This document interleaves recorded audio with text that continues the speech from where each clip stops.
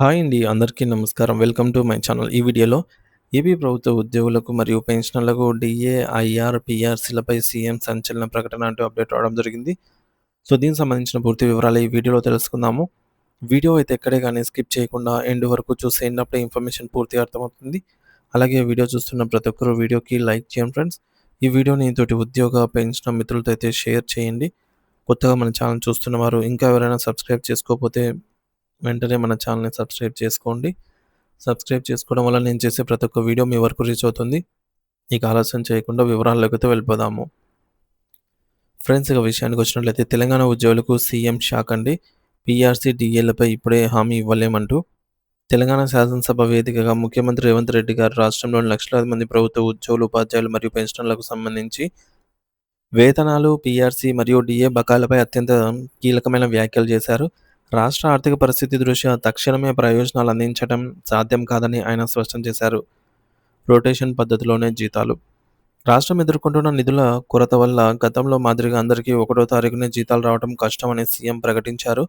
ఆదాయ లభ్యతను బట్టి, జిల్లాలను బట్టి జిల్లాల వారీగా, శాఖల వారీగా రొటేషన్ పద్ధతిలో జీతాల చెల్లింపులు జరుగుతుంటాయని చెప్పేసి వెల్లడించారు.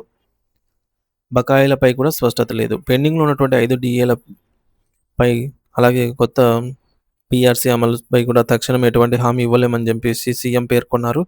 రాష్ట్రం సొంత ఆదాయం సరిపోక ఆర్‌బీఐ నుంచి అప్పులు తెచ్చి మరీ జీతాలు చెల్లిస్తున్నామని చెప్పేసి ఆయన వాస్తవ పరిస్థితులను వివరించారు.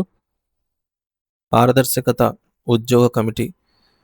సో, ప్రభుత్వ ఆర్థిక పరిస్థితిని పరిశీలించడానికి ఉద్యోగులే ఒక కమిటీని ఏర్పాటు చేసుకోవచ్చని సీఎం ఆఫర్ ఇచ్చారు. రాష్ట్రం ఆర్థిక సంక్షోభంలో ఉన్నందున ఉద్యోగులందరూ కుటుంబ సభ్యుల్లాగా సహకరించాలని ఆయన కోరారు.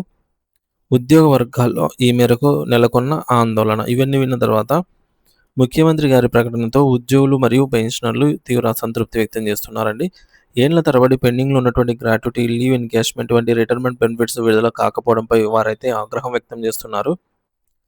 బకాయిల చెల్లింపులపై స్పష్టమైన తేదీని ప్రకటించకపోతే ఆందోళన ఉధృతం చేస్తామని కూడా ఉద్యోగ సంఘాలు హెచ్చరిస్తున్నాయి.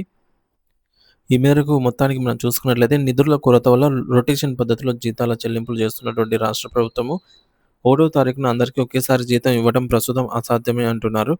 5 విడతల డీఏలు, కొత్త పీఆర్సీ అమలుకు మరికొంతకాలం నిరీక్షణ తప్పదు. రాష్ట్ర ఆదాయం సరిపోక ఆర్‌బీఐ దగ్గర అప్పులు చేస్తూ సర్దుబాటు చేసుకుంటున్నారు. ఆర్థిక పారదర్శకత కోసం ఉద్యోగులే కమిటీని వేసుకునే అవకాశం కూడా ఉంది. తెలంగాణ ఆర్థిక పరిస్థితి మెరుగుపడే వరకు పీఆర్సీ, డీఏ అంశాలను ప్రభుత్వం తాత్కాలికంగా పక్కన పెట్టినట్టు కనిపిస్తోంది. పీఆర్సీ నివేదిక సిద్ధంగా ఉన్నప్పటికీ నిధుల సర్దుబాటు కాకపోవడం వల్ల ఉద్యోగుల సుదీర్ఘ నిరీక్షణ కొనసాగేలాగైతే కనిపిస్తోంది. సో, దీనిపై మీ అభిప్రాయం ఏమిటనేది తప్పకుండా కామెంట్ సెక్షన్‌లో కామెంట్ ద్వారా అయితే తెలియచేయండి friends. Thank you for watching this video.